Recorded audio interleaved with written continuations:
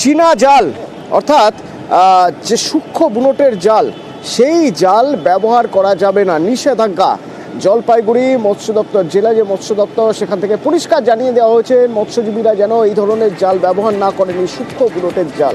কেন না, এই সূক্ষ্ম বুনটের জালে মাছের ক্ষতি হবে, দেশের মাছের, দেশীয় মাছ, সে চারাপোনা হতে পারে বৌরুড়ি মাছ, ক্ষতি হবে, জালে আটকে যাবে। শান্তনু রয়েছে আমার সঙ্গে সরাসরি। শান্তনু, এই জালে যে মাছের ক্ষতি হবে সেটা তো যারা মৎস্যজীবী তাদের থেকে ভালো আর কেউ বুঝবেন না, তারপরেও তারা এই জাল ব্যবহার করার কথা ভাবছেন কেন? দেখো, এর আগেও কিন্তু আমরা জলপাইগুড়ি জেলাতে যেটা লক্ষ্য করেছিলাম যে বিষ তেল মিশিয়ে জলের মধ্যে পাশাপাশি বিদ্যুৎবাহী তার ফেলে কিন্তু মাছ শিকার হতো, এবং তার ফলে কিন্তু মাছের বিভিন্ন প্রজাতি কিন্তু নষ্ট হয়ে গেছে, এরকমও কিন্তু ধরা পড়েছে মৎস্য দপ্তরের সমীক্ষায়। এরপর মৎস্য দপ্তরের কাছে সবচাইতে বড় যেটা আশঙ্কার কারণ হয়ে দাঁড়িয়েছে এই চীনা জাল। মৎস্য দপ্তরের যেটা বক্তব্য যে দক্ষিণবঙ্গের বেশ কিছু জেলায় কিন্তু এই জাল চলে এসছে, এবং তার ফলে কিন্তু দেশীয় যে মাছগুলো রয়েছে তা প্রচণ্ডভাবে ক্ষতিগ্রস্ত হচ্ছে। জলপাইগুড়ি জেলার অন্যতম সম্পদ বরুলি। সবচাইতে মৎস্য দপ্তরের কাছে আশঙ্কার খবর হচ্ছে এই এলাকার বেশ কিছু যারা মৎস্যজীবী রয়েছেন তারা এই জাল দিয়ে মাছ ধরার জন্য উৎসুক হয়ে রয়েছেন। বেশ কয়েকটি জাল জলপাইগুড়ি জেলায় চলেও এসেছে বাইরে থেকে, এরকমটাই খবর রয়েছে।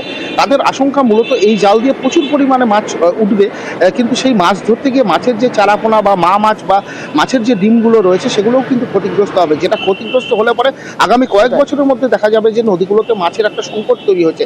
সেই সংকট থেকে কিছু যারা মৎস্যজীবী রয়েছেন, নদীর পাড়ে যারা বাসিন্দা, যারা মাছ শিকার করে জীবনযাপন করেন, তারা কিন্তু মারাত্মক বিপদের মুখে পড়বেন। তাদের কাছে কিন্তু মৎস্য সম্পদ বলে যে সম্পদ না থাকার মতন একটা সম্ভাবনা পরিবেশ তৈরি হবে, সেই কারণেই সতর্ক। চাইনিজ দুয়ারি নামে এক ধরনের দুয়ারি এখন নদীতে বিভিন্ন জায়গায় শোনা যাচ্ছে। তো আমরা আগাম এগুলোর সতর্ক বার্তা আমরা ব্লক লেভেলে আমরা চিঠির মাধ্যমে জানিয়েছি, এবং আমরা এটা নিয়ে সেন্সিটাইজেশন প্রোগ্রাম, অ্যাওয়ারনেস ক্যাম্প এগুলো আমরা করব।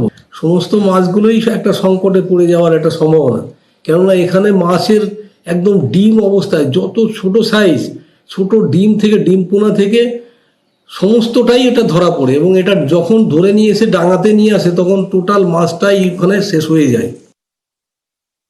মৎস্য দপ্তর নিষেধাজ্ঞাকে অবশ্যই স্বাগত জানাচ্ছি আমরা, এবং পাশাপাশি এই যে চীনা জাল দিয়ে যেটা করা হচ্ছে এখন, এবং সেটা শুধু করোনা নদী না, তিস্তা বা আশেপাশে যে নদীগুলো আছে সেই নদীগুলোতেও করা হচ্ছে।